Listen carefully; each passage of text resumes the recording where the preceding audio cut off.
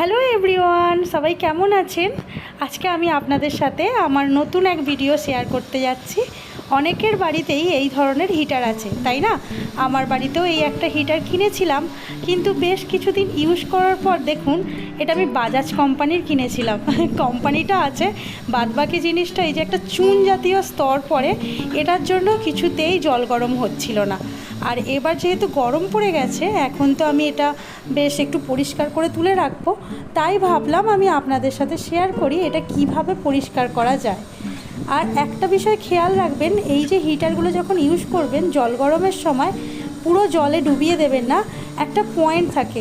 দেখুন হিটারের এই যে মাঝের কিছুটা অংশ ফাঁকা দেওয়ার পর এই জায়গায় একটা পয়েন্ট লেখা থাকে, এই পর্যন্তই আপনি জলের মধ্যে ডোবাবেন। আর এটা তো জানেন বালতির মধ্যে আটকানোর জন্য আমি কিন্তু এই জিনিসটা একটা কাঠের ওপর রেখে তারপর বালতিতে দিই, তাতে কিন্তু বেশ ভালো হয়, এতে আমার অনেক দিন চলে।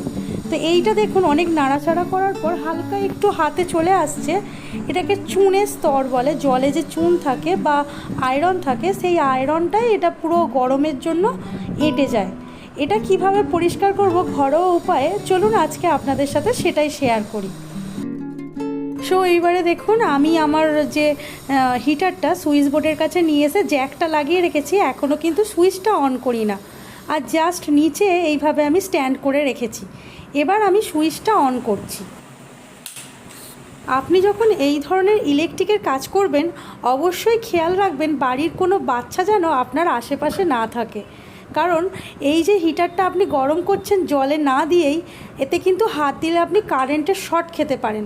তাই খুব সাবধানে বাড়িতে এটা করবেন, আর যখন এটা করবেন কোনোভাবে সুইচ না অফ করে এটাতে হাত লাগাবেন না।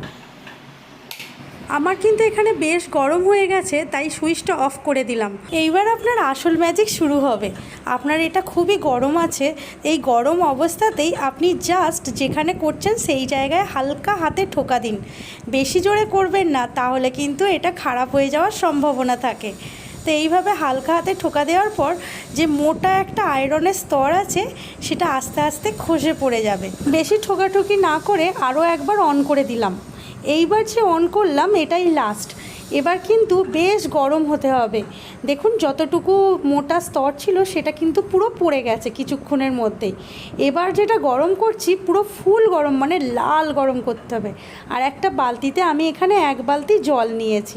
যতক্ষণ এই হিটারটা গরম হচ্ছে ততক্ষণ আপনাদের সাথে সেই চেনা জানার রিকোয়েস্টটা আমি করে নিই। সেই চেনা জানার রিকোয়েস্ট, যদি ভিডিওটা ভালো লাগে, দেখে আপনার মনে হয় উপকারে আসছে, তাহলে প্লিজ আমার চ্যানেলটা চাইলে আপনি সাবস্ক্রাইব করে রাখতে পারেন। এই ধরনের সুন্দর সুন্দর নতুন নতুন ভিডিও আপনাদের সাথে আমি উপহার দিয়ে আমিও ধন্য হব। তো চলুন এরপর কি হয় সেটা দেখা যাক। দেখুন আমার এখানে কিন্তু বেশ গরম হয়ে উঠছে। সামনে থেকে দেখলে হয়তো বুঝতে পারতেন হালকা হালকা করে ফেটে নিচে কিন্তু পড়ছে, মানে আয়রনের যে ছোট মানে পাতলা স্তরটা ছিল সেটা কিন্তু আস্তে আস্তে করে গরম হওয়ার সাথে সাথে পড়ছে। এটা যখনই করবেন খুব সাবধানে, কিন্তু বাড়িতে যদি করতে চান আপনি কিন্তু কোনো ভুলবশত এইটা যখন কারেন্টে দেওয়া থাকবে বিদ্যুতে, তখন কিন্তু হাত দেবেন না। সুইচ অফ না করে আপনি কিন্তু এর ওপরে হাত দিলে আপনি কারেন্ট শর্ট খাবেন।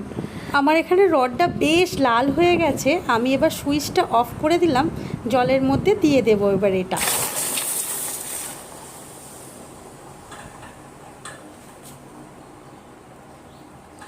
দেখুন এখানে জলে দিয়ে নাড়াচাড়া করার সাথে সাথে যে আয়রনটা জমেছিল সেটা কিন্তু পুরো নিচে পড়ে গেছে। আর কিছু করা লাগবে না, এটাই যদি আপনি এবার ইউজ করেন জল গরমের জন্য, আর কিন্তু জল গরমের কোনো প্রবলেম হবে না।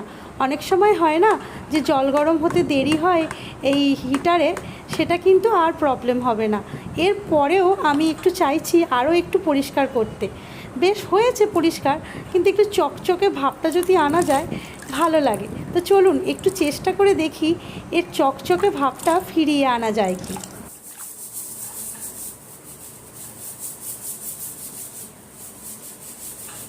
এখানে আমি একটু সামান্য পরিমাণ লিকুইড নিয়েছি, আর বাসন মাজার যে ওই কি জালি এটাকে বলে বলুন তো, ওই যে তারের জালি, ইয়েস, ওই যে তারের জালিটা আছে ওটা দিয়ে জাস্ট একটু রগড়ে নেব।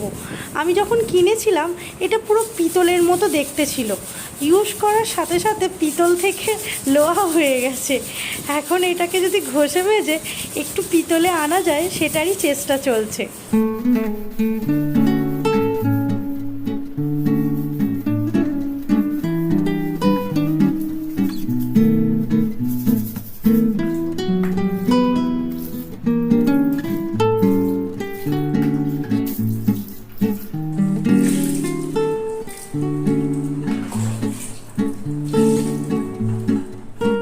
ঘষা মাজার পর আমার এই হিটারটাকে দেখুন, অর্ধেক পিতল হয়েছে অর্ধেক স্টিল হয়েছে। এর কম্বিনেশনটা আমি ঠিক বুঝে উঠতে পারলাম না, কিন্তু জলটা গরম করে দেখে নিয়েছি, খুব তাড়াতাড়ি কিন্তু গরম হয়ে যাচ্ছে পরিষ্কার করার পর।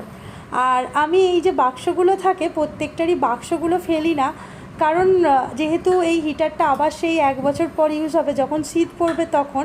এবার ভালো করে মুছে নিয়েছি আর একটু পাখার হাওয়ায় শুকিয়েও নিয়েছি। এবার এটাকে ভালো করে যত্ন করে তুলে রাখবো, পরের বছর যখন ইউজ করব তখন আর পরিষ্কারের প্রয়োজন হবে না, ধুলোবালিও লাগবে না। সো ভিডিওটা যদি ভালো লাগে আরও একবার বলি, একটা কমেন্ট করে কিন্তু জানাবেন আপনারা এইভাবে পরিষ্কার করে রাখেন কি না। Thank you.